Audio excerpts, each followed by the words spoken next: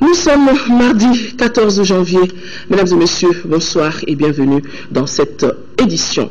Édition que nous ouvrons avec ce communiqué. Le président de la République, Ibrahim Boubacar Keïta, le gouvernement et le peuple malien ont appris avec une grande affliction la mort tragique de 2 de nos compatriotes réfugiés de Beira au cours de leur déplacement à Nouakchott pour prendre part à la visite présidentielle en Mauritanie. En cette circonstance particulièrement douloureuse et émouvante, le président de la République, le gouvernement et le peuple malien adressent leurs sincères condoléances aux familles durement éprouvées des illustres disparus et prient pour le repos éternel de leur âme. Ils saisissent l'occasion pour adresser leurs vœux de prompt rétablissement aux blessés et informer qu'une délégation a été dépêchée auprès des familles des victimes dans les camps des réfugiés en Beira pour présenter de vive voix les condoléances, faire part de notre compassion et prêter assistance aux victimes et à leurs familles. Je vous le disais dans le titre, Bamako a vibré hier soir au rythme des cérémonies de célébration de la naissance du prophète Mohammed, de paix et salut sur lui.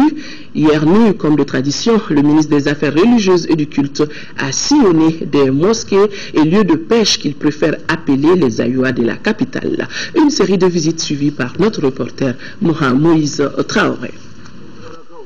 C'est peu de dire que le stade est archi-comble. La pelouse du 26 mars déborde de monde. Dans le cadre du Maouloud de naissance du prophète, l'exertation du guide spirituel Ousmane Madani Aïdara prône tolérance et droiture. La politique de réconciliation nationale et de lutte contre la corruption est conforme aux principes édictés par le prophète Mahomet. Les érudits, afin qu'ils interpellent chacun de nous dans notre conscience d'homme et dans notre conscience religieuse, à nous rendre compte que le respect de l'autorité, la bonne tenue face à la chose publique, le comportement moral notamment des enfants envers les parents, l'amour de l'école, le respect du professeur sont autant de valeurs aussi qui sont religieuses et que cela est exigé du bon croyant. Des deux côtés de la rive, la communauté musulmane s'imprègne des valeurs évoquées par des érudits tels Bayaya Aïdara à Wolofobougou Libana et Bandjougou Doumbia à Bamako Koura. Très comblé de ce que j'ai vu, du fait que porteur des messages du président de la République et de son gouvernement, de leur avoir transmis ses souhaits des plus hautes autorités, de voir l'islam servir de cadre de cohésion nationale, l'islam servir de ciment à la reconstruction d'un Mali pour la paix, d'un Mali pour le développement, d'un Mali qui entre dans le monde avec un visage tout neuf, baigné de spiritualité, baigné de profondeur religieuse, baigné d'humanisme surtout. Le ministre du culte et des affaires religieuses et son collègue de l'urbanisme et de la politique de la ville étaient également au rassemblement organisé par le cheikh Soufi Bilali au stade Modibo Keïta. En début de soirée, la délégation gouvernementale s'était rendue à l'ancienne mosquée ou Misri Koroni du marché d'Abanani avant les bénédictions de la famille Kunta au quartier Zerni. La communauté musulmane du Mali a célébré la nuit dernière l'anniversaire de la naissance du prophète Mohammed, paix et salut sur lui, et c'était à travers des prêches et lectures du Saint-Coran. Notre équipe de reportage, une autre équipe de reportage conduite cette fois-ci par Moussa Fané, a sillonné quelques lieux de prêche. Les fidèles musulmans du Mali, particulièrement ceux de Bamako, ont pris d'assaut les stades, les mosquées et autres lieux de culte pour invoquer Allah, notre Créateur. Ousmane Chérif Madan Aïdara, le guide spirituel de Ansardine International, a lui dirigé un sermon au stade du 26 mars où tous ont rendu un vibrant hommage au prophète Mohamed, paix et salut sur lui. Le prophète Mohamed nous a toujours appelés à l'unité. Il a prôné la paix et la solidarité dans la société. Autre lieu de culte, un terrain de football à Faladje sous la présidence de El Hadj Sidi Konake, imam Khalif Tidjane de la Zaouia. Que nous célébrons avec beaucoup d'humilité, avec beaucoup de foi, pour faire connaître ce que c'est que l'amour de l'homme envers l'homme. Que chaque homme voit en chaque homme son image. Du stade du 26 mars à Torokorobougou, en passant par Faladier, des milliers de fidèles ont célébré le Mawlud à travers lecture du Coran, prêche, louange à Allah et prophète Mahomet, paix et salut sur lui. Le Mawlud, c'est l'occasion de parler de la vie du prophète alayhi salatu wassalam. Le prophète alayhi salatu wassalam a subi toutes sortes d'injustices, mais il a fini à parler avec ses pires ennemis. Donc nous appelons le peuple malien, le grand peuple malien, à s'inspirer de ces modèles prophétiques, à s'inspirer du prophète alayhi salatu wassalam, qui est notre modèle, pour faire le pardon. Les prêcheurs ont également invité les Maliens à la cohésion et à l'unité nationale, facteur indispensable au vivre ensemble. Après la rive droite visitée par Moussa Fane, voyons comment la rive gauche a vécu l'événement avec Abdul Karim Kaba. Mawlud, ce mot arabe signifie en français la naissance. Il est fêté pour remercier Dieu pour avoir envoyé le prophète Mohammed, paix et salut sur lui. C'est à pareille nuit que l'humanité a découvert le plus grand don divin, notamment le supérieur des supérieurs, le prince des envoyés d'Allah, Muhammad sallallahu alayhi wa sallam, apparu comme la pleine lune dans les ténèbres, comme l'étoile polaire pour un égaré. Muhammad, Mohal Kufri Madal Islam. C'est lui qui est venu annexer l'obscurité et donner naissance à la lumière. Toute l'année durant, les fidèles étaient massés un peu partout à travers la capitale, de Misra à la Fiabougou, en passant par Medina Koura et l'hippodrome, pour écouter les imams et autres prêcheurs sur la cohésion, l'union entre les musulmans et l'importance de l'avènement du prophète Mohammed, paix et salut sur lui. La célébration du Mawlud montre l'amour et du respect de notre prophète. Comme Dieu dit dans le Coran, si vous aimez Allah, suivez Mohammed, Allah vous aimera.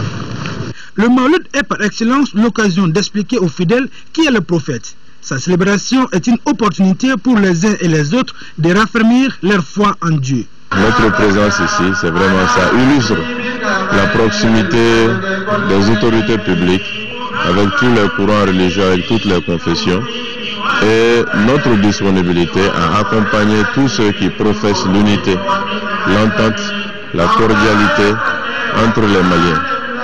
Des séances de lecture du Coran, des prêches, des bénédictions pour la paix et la réconciliation des cœurs et des esprits au Mali ont meublé cette soirée de Mawlud à travers les quartiers situés sur la rive gauche du district de Bamako.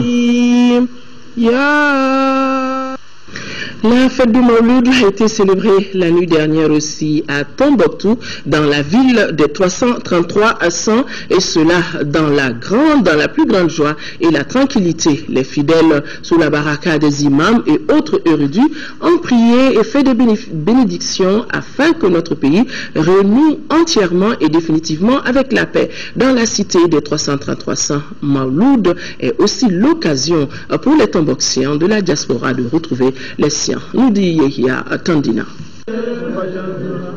C'est par cette lecture panégyrique, autrement dit, les éloges du prophète Mohammed, paix et salut sur lui, les traditionnels tours de la grande mosquée de Djingareber, que la communauté musulmane de Tombouctou a renoué avec la célébration du Mawlud. Cette fête anniversaire qui marque la naissance du prophète Mohammed sallallahu alayhi wa sallam est d'une importance capitale, même pour les Tombouctiens de la diaspora venus nombreux. Ça fait des années, à peu près 9 ans que je n'ai pas célébré cette fête, malgré ce qui s'est passé. Ce soir, je retrouve vraiment l'atmosphère d'antan. Donc, je suis vraiment content. Et je crois que c'est un événement qui va nous aider vraiment à oublier tout ce qui s'est passé ces temps-ci. Donc, j'ai vraiment la chance de coïncider avec. Ce rituel qui a été interdit l'année dernière par les forces du mal a repris dans sa plus grande ferveur sous haute surveillance sécuritaire. Des 3 célèbres mosquées, Sidi Yahya, Sankore et Djingareber, en passant par les points de lecture Arawania, Kunta jusqu'au Marocain, l'ambiance y était. Je suis très contente de retrouver mes frères dans la gaieté parce que les gens n'ont plus peur comme avant. L'année passée, on n'a pas pu jeter comme ça. Ils n'ont même pas pu lire le Coran d'ailleurs. Donc, que Dieu nous montre l'année prochaine. La présence des fidèles, hommes et femmes, à Sankoré atteste l'attachement des Tombouctiens à ces valeurs religieuses léguées par les aïeux. Voilà ce que nous pouvons dire ce soir de cette célébration de la naissance du prophète Mohammed, paix et salut sur lui. L'actualité sur un autre plan, notre pays enregistre entre 600 et 800 morts par an, je dis bien entre 600 et 800 morts par an des suites d'accidents de la circulation. Un chiffre qui fait froid d'eau et la jeunesse est la première victime. Cela n'est pas acceptable. Il faut donc trouver des solutions urgentes pour lutter contre l'insécurité routière. C'est pourquoi le gouvernement et les acteurs et autres usagers de la route veulent prendre des dispositions pour le respect du code de la route et libérer la voie publique. Et cela passe forcément par la mise en place d'une commission interministérielle. Comment se fera l'application de ces différentes mesures? La réponse dans ce dossier réalisé par Mohamed Jara. Bamako connaît aujourd'hui une forte croissance démographique. Cette urbanisation n'est pas sans poser des problèmes, parmi lesquels le taux élevé d'accidents de la circulation. Malheureusement, c'est la jeunesse fer de lance de la nation qui paie le plus lourd tribut de ces fléaux. Chaque année, nous déplorons entre 600 et 800 morts violentes sur la route. Entre 2006 et 2012, il a été enregistré 66 857 victimes, dont 4 657 tués, avec une pointe en 2011 où on a enregistré 11 447 victimes avec 889 tués. Ce triste constat interpelle tous, décideurs politiques, usagers de la route et autres partenaires techniques du Mali. C'est pourquoi le ministre de la Sécurité et celui en charge de la politique de la ville ont rencontré les acteurs concernés en vue de diagnostiquer le mal et de trouver les remèdes rapides. Les causes des accidents sont la méconnaissance du code de la route et le non-respect du code de la route. Les ralentisseurs qu'on appelle dans notre jargon gendarme couché, aussi qui sont des facteurs accidentels, contrairement à ce que les gens croient. Les gens pensent que ça va réduire les gens, mais moi je trouve le contraire.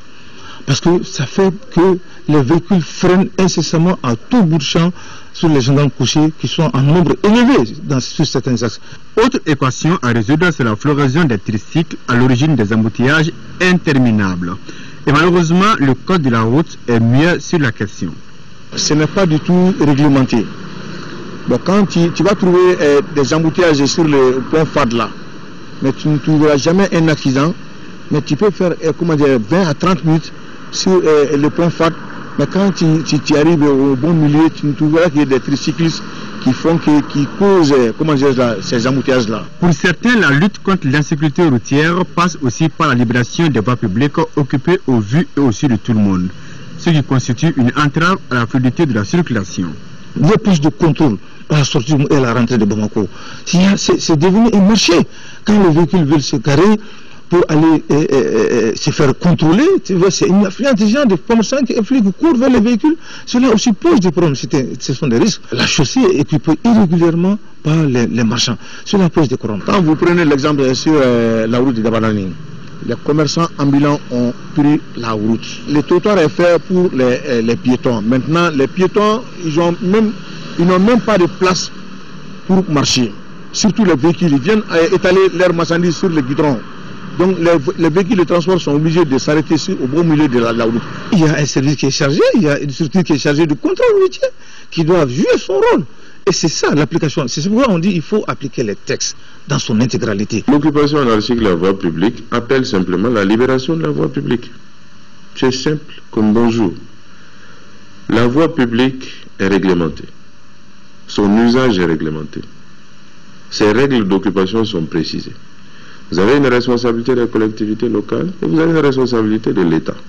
Désormais, l'impunité cédera la place aux sanctions. Les textes seront appliqués à la lettre. Sous l'égide, encore une fois, du ministre en charge de la sécurité, une commission interministérielle est envisagée, tenant compte de ce qui existe par ailleurs, pour que dans l'urgence, des mesures puissent être prises, mais aussi que ces mesures soient suivies des faits.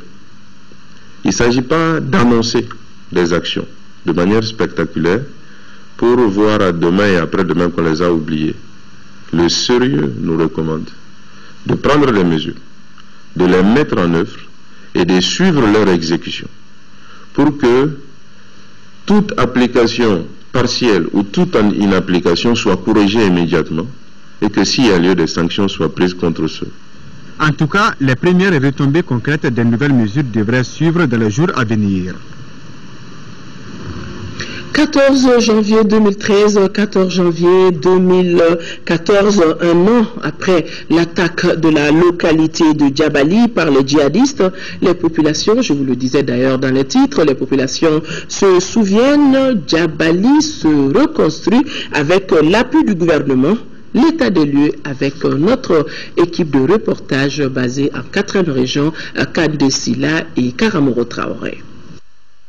La vie reprend le plus belle à Djabali un an après l'envahissement de cette localité de Nyono par les extrémistes religieux mis en déroute à Konan grâce aux efforts conjugués des armées maliennes et françaises. Djabali, zone de production par excellence de l'office du Niger appelée zone de Kouroumari et du projet d'irrigation d'Alatona. Cette année, nous avons pu mettre en valeur 21 143 hectares, soit au 99,84%, ce qui est très important. Et nous attendons une production totale de 137 143 tonnes, ce qui est très important aussi dans la zone de Djabali. Cette année, ça va. J'ai pu récolter 90 à 80 sacs à l'hectare. Un an après, nous sommes au marché de Djabali qui grouille du monde ce samedi, jour de la foire hebdomadaire. Les deux épreuves que la localité a vécues, voilà, il y a un an, semblaient être un mauvais souvenir, même si quelques stigmates restent encore là, rappelant le combat héroïque que nos forces armées et de sécurité ont livré face aux djihadistes. Le marché, ça va, parce qu'aujourd'hui, il y a la sécurité. Nous avons repris les activités. Nous sommes loin de la période de crise où nous avons fait sortir des gens avec des sacs. Nous profitons de cette occasion aussi pour remercier notre grande armée malienne. Le jour du 14, ils ont tenu bon. De là aussi, on va remercier l'armée française qui est venue au secours de notre armée pour sauver notre village, qui est aujourd'hui libre de toutes les djihadistes. Pourtant, il y a un an, les médias du monde étaient massés à Nyono, situé à 65 km de cette agglomération qui faisait la une de l'actualité. Certains contemplaient la petite plaque de Djabali située tout juste à la sortie de Nyono, scrutant la route qui mène à Djabali, coupée du reste du monde, tout en imaginant ce qui se passe dans cette localité aux mains des extrémistes religieux. Un peu moins de 10 jours, suite au bombardement de l'armée française appuyée par les troupes maliennes, le monde entier découvrait le désastre, la désolation, le calvaire des populations durant ces journées d'occupation. Des véhicules calcinés, des édifices publics saccagés et pillés, des lieux de culte profanés, des engins explosifs à même le sol et même des cadavres abandonnés par les occupants dans leur débandade. L'attaque de Djabali a commencé par les bombes d'Alatona. Nous, on a refusé à tirer différentes roquettes comme l'ennemi déjà, elle a mélangé avec la population. De là-bas, plus les bombes maintenant, plus on va l'utiliser sur la population malienne. Et là-bas, on a choisi, on va replier sur nous, comment on va organiser le retour. Actuellement, Djabali, il est sur le contrôle des forces armées et de sécurité. Aujourd'hui, la sécurité au niveau de Djabali et environnement se porte très bien. Les gens vaguent à leurs préoccupations et la zone est contrôlée. Aujourd'hui, l'espoir est de mise au sein des populations de Djabali et environ. Cela, grâce aux efforts conjugués de l'État et de ses partenaires qui n'ont cessé d'apporter l'appui nécessaire pour le retour rapide à la normalité à travers les dons de toute nature, la réhabilitation des locaux saccagés, le redéploiement de l'administration et l'octroi des fonds d'investissement, entre autres. Le mois de janvier, nous on est revenus et dès lors nous sommes là, tous les jours, jour pour jour, nous travaillons, on n'a enregistré aucune perturbation. En ce qui concerne la région de Ségou, nous avons signé le 29 octobre une convention de maîtrise d'ouvrage déléguée et pour un montant de 500 millions de francs CFA pour la mise en état des infrastructures dans les communes de Nampalari et de Sokolo. Dans le secteur, essentiellement c'est l'Office du Niger. Ils sont là. C'est l'éducation, ils sont là. C'est la santé, ils sont là. C'est les producteurs, c'est les femmes, c'est les enfants, ils croient. C'est la reprise progressive. Nous-mêmes, depuis jusqu'ici, nous sommes là. Oui, un an après, Djabani retrouve ces valeurs culturelles qui ont toujours caractérisé notre pays, le Mali, uni dans sa diversité culturelle. Voilà, de vieux souvenirs. Le vaccin anti-rotavirus, depuis hier, on en parle, fait désormais partie du programme élargi de vaccination. Le lancement a eu lieu ce matin et ce vaccin vise à protéger les enfants de 0 à 11 mois des diarrhées sévères, diarrhée qui est la cause de décès d'environ 7000 enfants par an dans notre pays. Amadou Sankaré. Ce sont des mamans très enthousiastes qui sont venues pour l'administration de la toute première dose du vaccin anti-rotavirus à leurs enfants. Un vaccin qui vise à réduire le nombre de décès d'enfants liés aux diarrhées à rotavirus estimé à 7000 par an dans notre pays. Le lancement de ce vaccin anti-rotavirus va permettre de prévenir la forme responsable de la plus importante mortalité parmi les diarrhées des enfants dans les pays en développement. Il va ainsi contribuer à réduire la mortalité infantile et à accélérer l'atteinte au Mali de l'objectif du millénaire pour le développement numéro 4. Les efforts de la France sont significatifs puisque sur les fonds engagés sur ce programme pendant la période 2013-2016, la contribution de la France s'élèvera à 1,3 million d'euros. Ceci était possible surtout grâce à l'organisation de la société civile, qui joue un rôle clé dans les services de vaccination avancée et mobile. Cette opération va se faire progressivement en 3 étapes. La première étape va concerner uniquement le district de Bamako, dont l'effectif vaccinal représente à peu près 13%. La deuxième étape se fera en 2015, après l'introduction de la première phase, et elle concernera les capitales régionales dont l'effectif vaccinal est étendu et représente environ 25% des enfants cibles. La troisième étape se fera en 2016. La couverture s'étendra à l'ensemble du pays. L'introduction de ce vaccin portera à 11 les maladies cibles du programme élargi de vaccination au Mali.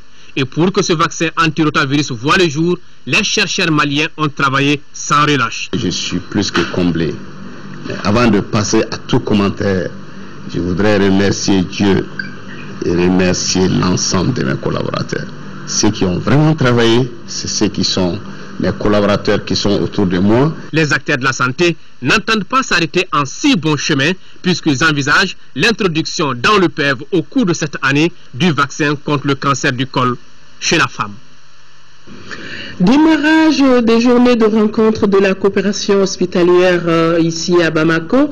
Durant 4 jours, les participants vont réfléchir sur une stratégie de coopération hospitalière en conformité avec les orientations du plan décennal de développement sanitaire et social. Compte rendu, Rachel Tessougué. Cette rencontre est une occasion pour les acteurs de la santé et leurs partenaires français d'échanger sur la situation des hôpitaux au Mali en termes de force, de faiblesse et de menaces. Des thèmes liés à la maintenance et l'équipement des hôpitaux, l'hygiène hospitalière, les médicaments et les autres produits pharmaceutiques seront également abordés.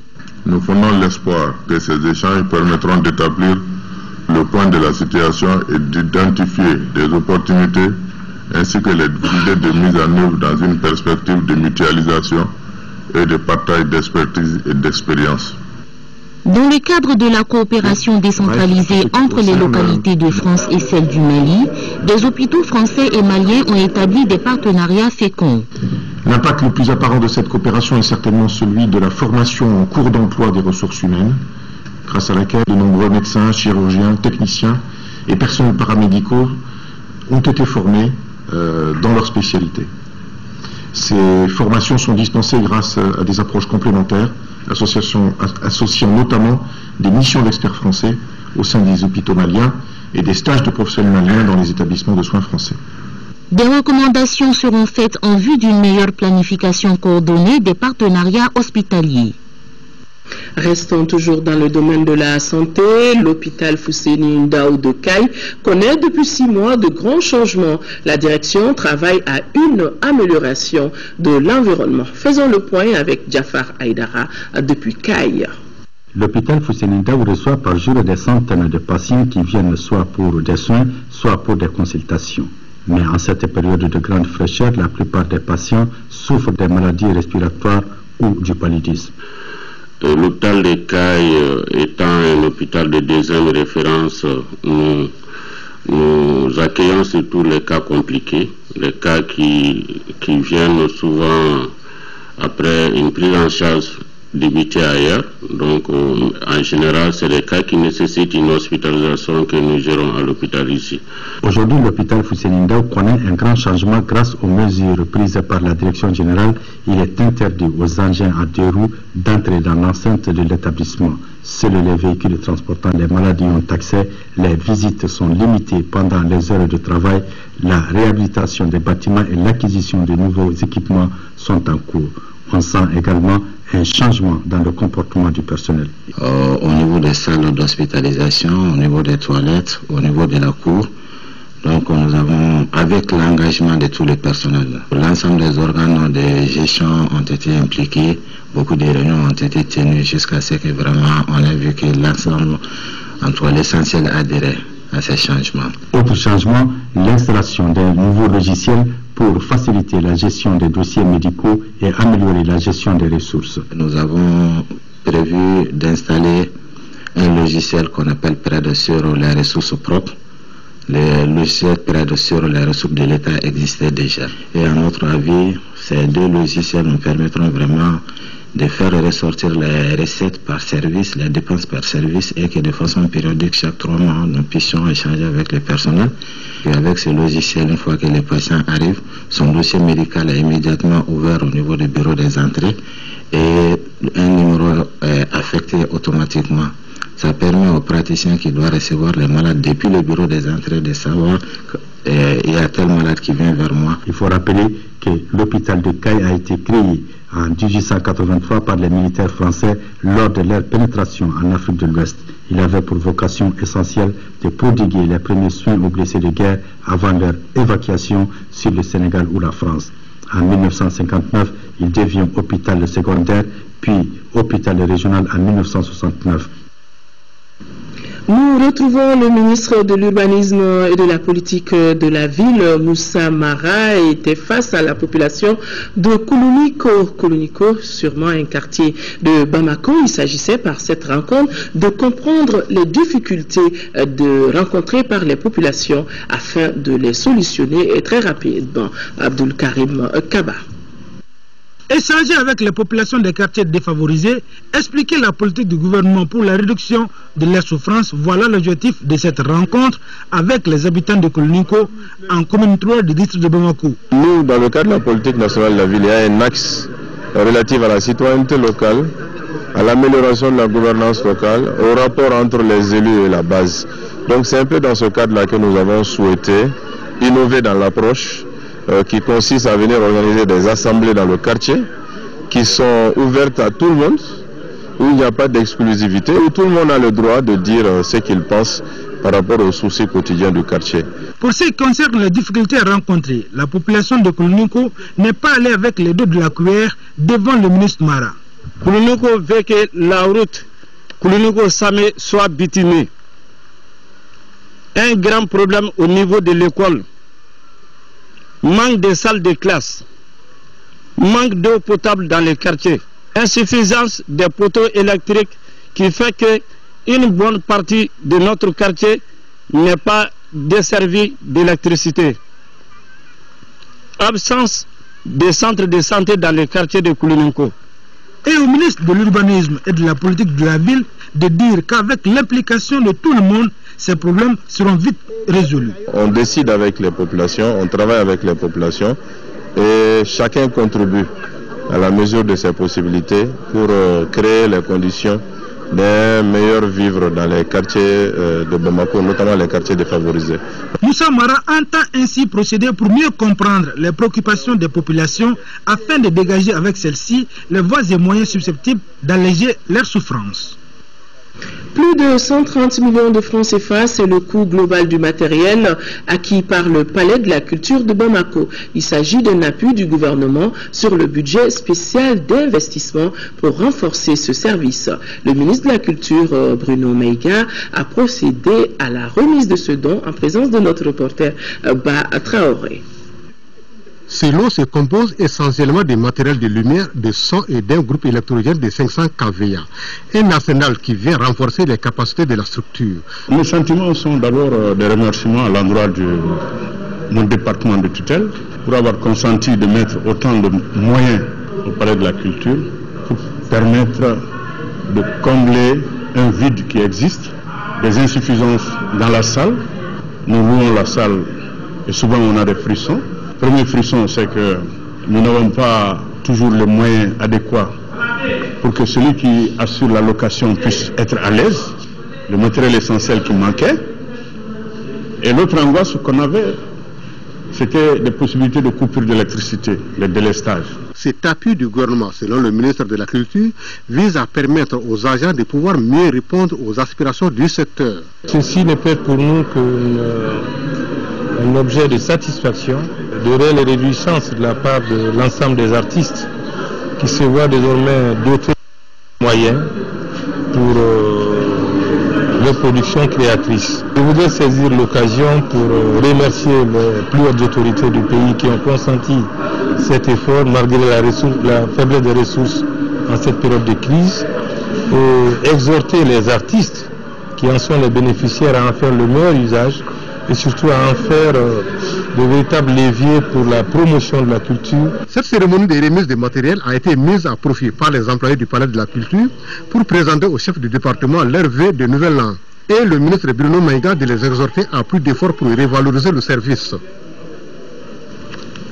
Le président directeur général de la CMDT à la tête d'une délégation était en visite dans la filiale centre de Fana. Les conditions de travail pour améliorer la qualité du coton produit dans notre pays étaient au centre des échanges avec les travailleurs. La campagne 2013-2014 en cours d'évaluation promet de combler les attentes et les 47% des 69 500 tonnes de coton-graines attendues sont déjà évacués sur les 4 usines dont dispose la filiale. Agali Aguissa, compte rendu.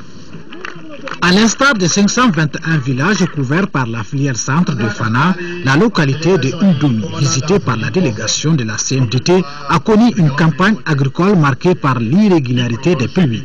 Cependant, la quantité de coton récolté donne bon espoir. Selon le premier responsable de la filiale, les 47% des 69 500 tonnes de coton attendues sont déjà enregistrées dans les différentes usines. Par rapport à la campagne de grainage, sur les 70 000 tonnes prévues, nous avons déjà rentré 33 000 tonnes. Et à ce jour, nous avons payé aux producteurs 6 milliards 500 millions. Tous les paysans qui évacuent leur coton sont payés automatiquement. Après le marché de coton, le nouveau président directeur général de la CMDT et sa délégation ont visité les usines de Tchouda et Fana, les ateliers et les garages. Comme dans les autres filiales, les échanges avec les travailleurs ont porté sur les conditions de travail et les défis à relever. Le nouveau responsable de la CMDT est conscient des efforts à fournir, mais prône le travail bien fait.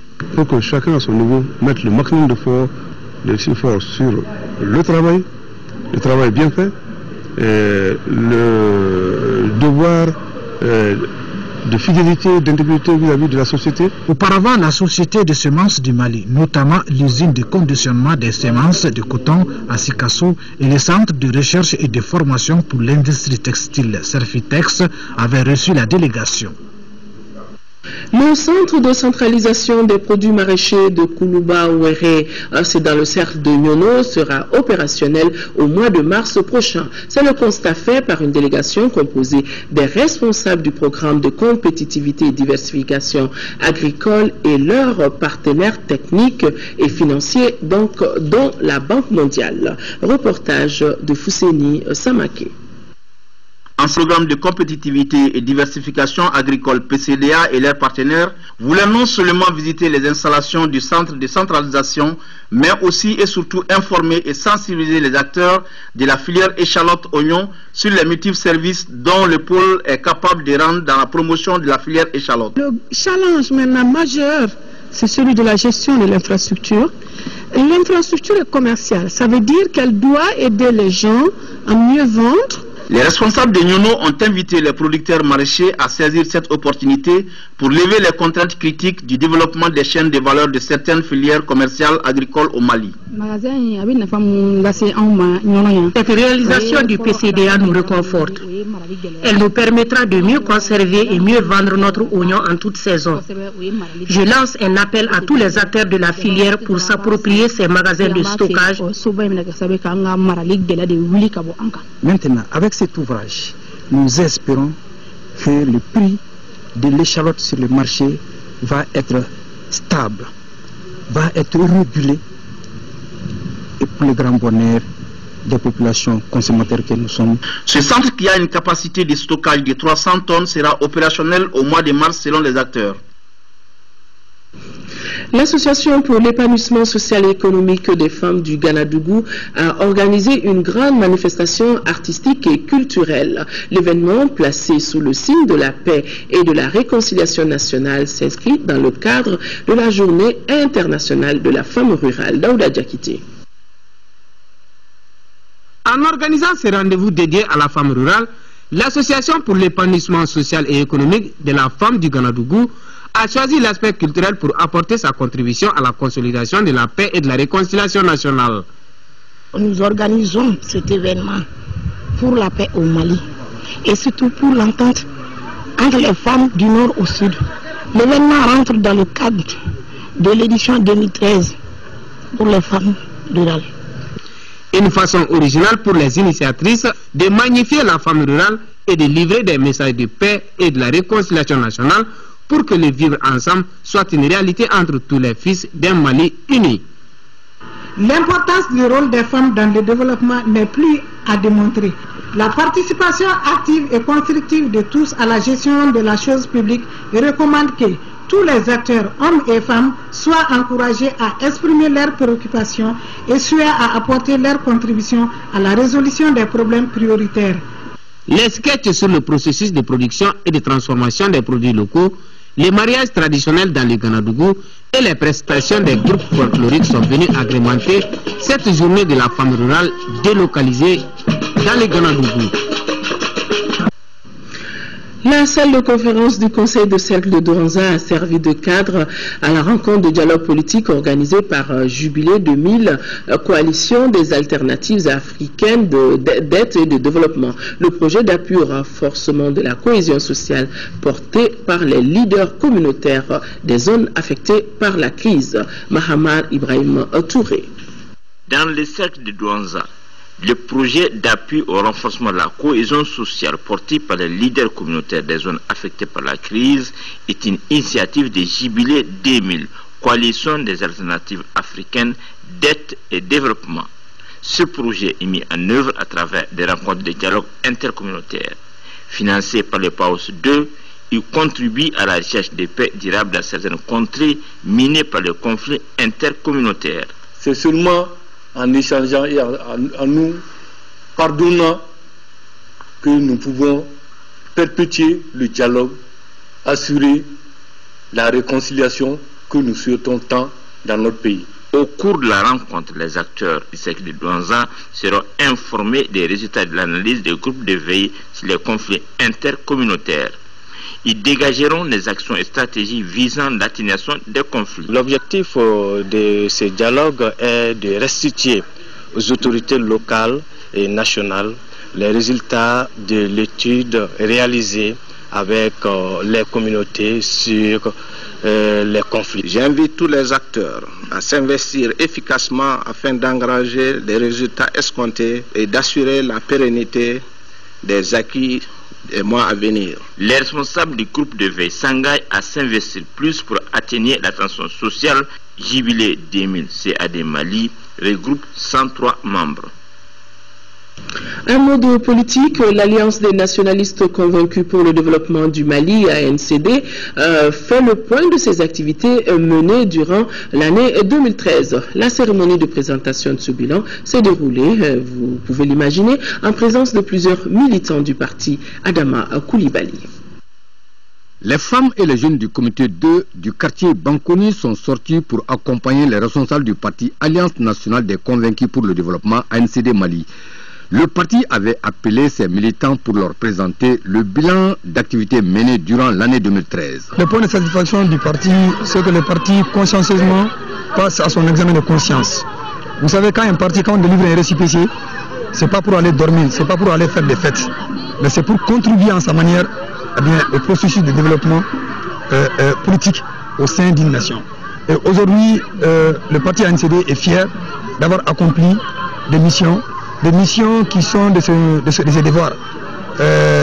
C'est pourquoi ce bilan annuel a été tout le temps initié et nous avons tout le temps été accompagnés, appuyés et assistés par des amis, par des alliés, par des proches. Une cérémonie de présentation de bilan d'activité à laquelle était invité l'ancien ministre de la formation professionnelle, Modibo Kadjogé. Une occasion pour d'autres responsables du parti ANCD Mali de remercier les militants en leur demandant de continuer à se battre. Et ceci de répondre qu'ils continueront à suivre si le développement local sera toujours au centre de leur lutte politique. L'Institut français du Mali, ex-centre culturel français, accueille depuis hier, et ce jusqu'au 31 janvier, une exposition baptisée Vie sociale femmes. Cette exposition est le résultat de plusieurs années de travail du graphiste et artiste peintre Noumouké Kamara. Il nous raconte à travers cette série de toiles le quotidien de la femme malienne. Modibo Soiré est tombé sous le charme de cette exposition. Voilà suivant son compte rendu. Cette exposition inédite à travers des aquarelles réalisées par Noumouké Kamara suite à une résidence artistique menée pendant 10 ans est inspirée de la vie et surtout du quotidien de la femme.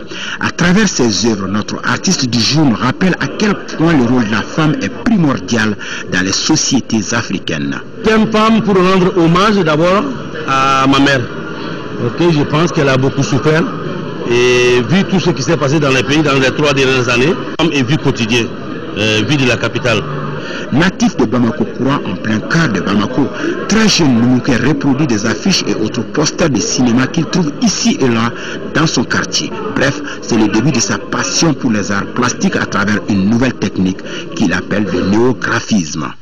Le néographisme, c'est un nouveau concept que j'ai développé depuis une dizaine d'années. Et il y a le graphisme classique qui est là, qui est connu. Et ça, c'est en quelque sorte une identité de Noumou qui vient de naître, que j'ai expérimenté depuis une dizaine d'années. Aujourd'hui, le graphiste et peintre diplômé de l'Institut national des arts de Bamako nous présente à travers ses tableaux un univers gris où se mélangent mélancolie et nostalgie. En somme, il combine des formes géométriques abstraites avec des illustrations typographiques. J'ai vu un caractère fusionnel et très grandiose de ce jeune artiste malien. Je suis bluffé, mais ça me réconcilie même avec mon autre passion qui est la peinture. Cette exposition se veut aussi un caractère pédagogique avec l'introduction de la filière art dans les lycées. Vu la crise qu'on vient de traverser, je trouve que les femmes, elles ont été vraiment victimes de cette situation.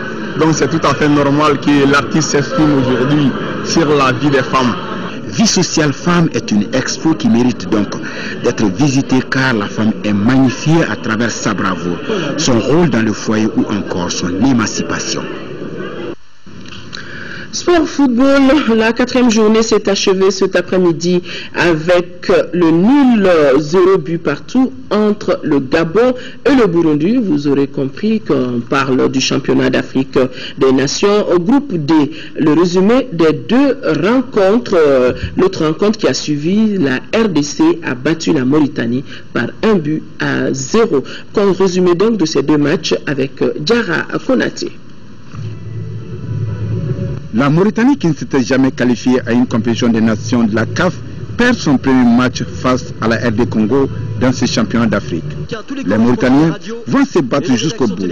Malgré de belles séquences de jeu, de part et d'autre, aucun but ne sera marqué en première période. Les Mouraboutoum regagnent les vestiaires avec l'espoir de revenir déjouer la tactique de la RD Congo. Mais c'est l'espérance qui entre en jeu. Ainsi, à la 50e minute, la République démocratique du Congo trouve le fond des filets sur le penalty inscrit par Eddie Momo. Les Mauritaniens vont même terminer la partie à 10 contre 11 avec l'expulsion du capitaine Moussa Baka. La volonté seule ne suffisait pas dans ces matchs, mais plutôt l'efficacité. La RD Congo l'emporte 1-0. De cette rencontre. Juste après, l'Afrique centrale était à l'honneur avec l'affiche Gabon-Burundi. Dans ces matchs, les Gabonais n'obtiendront qu'une seule franche occasion de but. Daniel Cousin rate le cadre. Malgré une légère domination des Panthères du Gabon, le score reste 0 partout à la pause. La seconde période sera à l'image de la première. Les deux équipes se partagent les points. La RD Congo prend ainsi la tête du groupe D, 3 points, suivi du Gabon et du Burundi 1 point chacun. Et la Mauritanie 4e 0 points. Voilà, c'est donc tout pour cette édition. Merci de l'avoir suivi.